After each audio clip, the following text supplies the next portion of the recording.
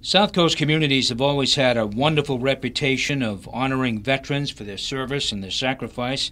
Dartmouth certainly is no different. There is a memorial in the works in Dartmouth to honor veterans of all wars and conflicts. The memorial is to be located outside the Dartmouth Council on Aging headquarters on Dartmouth Street, right at the Gazebo.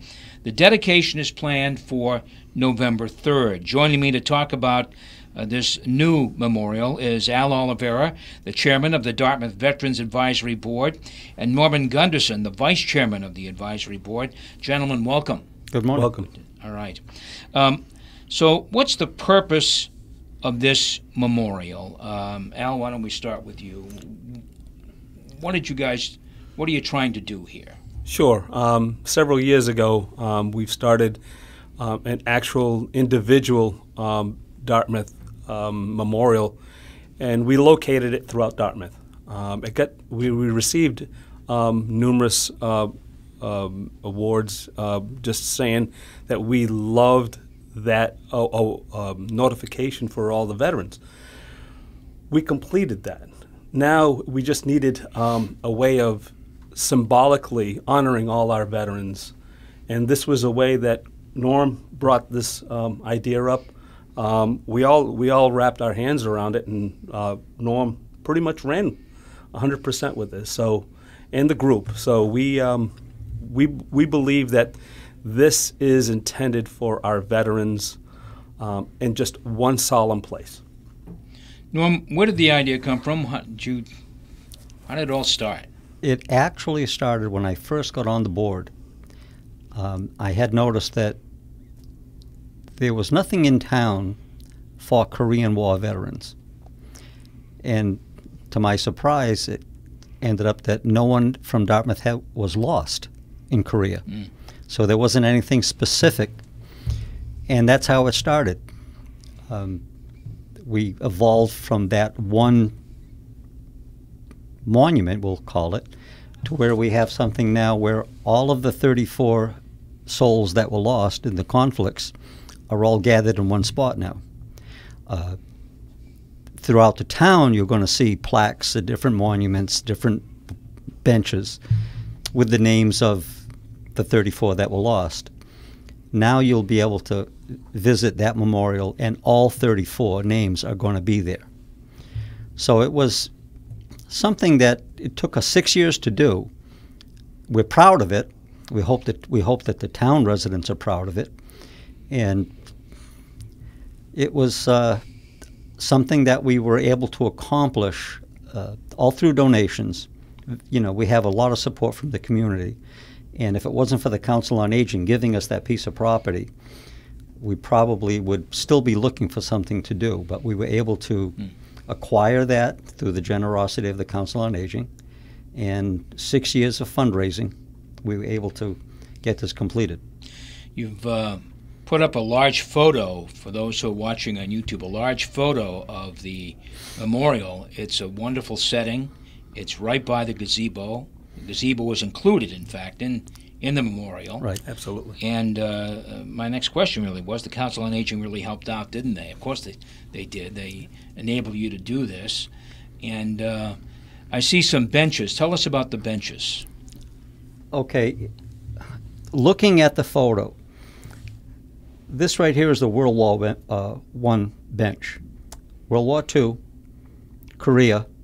Then when you go around the gazebo, it's kind of hidden, but the plaque is on the stone back over here. As you continue around, you'll come to the Vietnam bench, and then the closest bench to Al is for the Global War on Terror. Okay. And then in the background, you'll see one bench that looks entirely different, which is the prisoner of war black bench. So these are from World War I to the War on Terror. Correct. Yeah. Okay. And there are 34 veterans who lost their lives in these conflicts. From Dartmouth. Okay. So who paid for this, and was it all donations? All donations. 100%. 100%? Were there businesses, individuals, Al? There were some Tell me who contributed, not individually, but tell me who contributed. So several years ago, the board acknowledged a program which we attached to some excise tax invoices. So we allowed people to just send a check for this type of program, and those funds we've been collecting every year, and that is one of the key contributors to that. We had individuals that actually came out and said, we're going to buy a bench. We're going to give you that bench. And through the organization that we worked with, we were able to get great prices because we bought them all at once. So, at one time you were selling bricks. Is that completed, Norm? That is completed. This right here, the walkway that you see, goes all the way around. And right now there's 195. We have 15 more bricks to add to that, so we'll have that done before the dedication. And they're all names of veterans, deceased, still alive, still active. Some are still active duty, and they were purchased by family members, which was another big part of the fundraising effort. If I could say, the program is not completed, so if any individual wants to still buy a brick, they're able to buy a brick, they're just not going to be ready for this ceremony. Yeah. It takes several weeks, probably about 8 to 10 You'd be able to buy a brick forever. Forever. This is designed so that if in 5 or 10 years somebody wants to buy a brick, just put it in. Okay. And that's, I remember from our last conversation, Norm, $50? $50. Okay. You're listening to Town Square Sunday. My guest, Al Oliveira, chairs the Dartmouth Veterans Advisory Committee, and Norm Gunderson, who was the vice chair of that committee. So let's talk about the dedication itself. November 3rd. Why November 3rd? Norm? November 3rd is the Saturday before the traditional Veterans Breakfast at the Council on Aging. So we wanted to have that as close to that date plus Veterans Day as we could, hopefully tie everything in together and get a lot of veteran participation. All right. Now, so to clear this up, this memorial, there had been talk about having it dedicated on Memorial Day. It just didn't come together. It just didn't happen. There's a lot of planning that goes along with this, and we've been meeting monthly, and we just couldn't get all the bells and whistles ready for this. We want this to be special, and we're ready. All right, November 3rd. Tell us what's going to happen, Norm. Well, November 3rd, starting at 10 a.m. Hopefully, if all goes well and the weather cooperates, we'll have our ceremony with a guest speaker. We've been trying to get the Army Band out of Fall River to be there to participate. That has to go through Washington, so Lord knows what'll happen there. But we're trying. And it's just going to be... You got a good backup in Dartmouth. The high school band. Well, that and the community band. So, we'll be okay. We'll be okay. So if I could just interject, this is about veterans. Everything we do is about the veterans, and that's what we're going to try to really have this memorial about. So if you're a veteran, that's the first line of check mark. That's our first check. So, and then our residents. All right. So then the community band or the Army band, hopefully, after that. What will happen then? Once the ceremony is all done and the benches have been dedicated and the names have been read, taps has been played, we'll have refreshments. All right. And hopefully people will hang around, read the names, read all the bricks that are down in place on the walkway. If I could just add one more thing, it's not going to be a lengthy ceremony. It's going to be short, sweet, solemn. Extremely. Yep. Extremely. Who maintained the memorial, Al? Who will maintain that? Well, I'm going to tell Norm is really the head on that. He's spearheading that. He's asking for help as we continuously ask, but Norm's really the guy that pretty much manages. Hey, I need help. Let's do it. And doesn't cover a great expanse, but obviously stuff happens here in 2018. with decorations and things like that. So somebody's got to keep watch over it. The Council on Aging has someone that has volunteered to always water the plants. They do a good job, Great. you know, cutting the grass, and we don't have to go there too often. And the Friends of the Elderly, there again, that's another organization that has been more than generous with us. They have really stepped up and contributed a lot.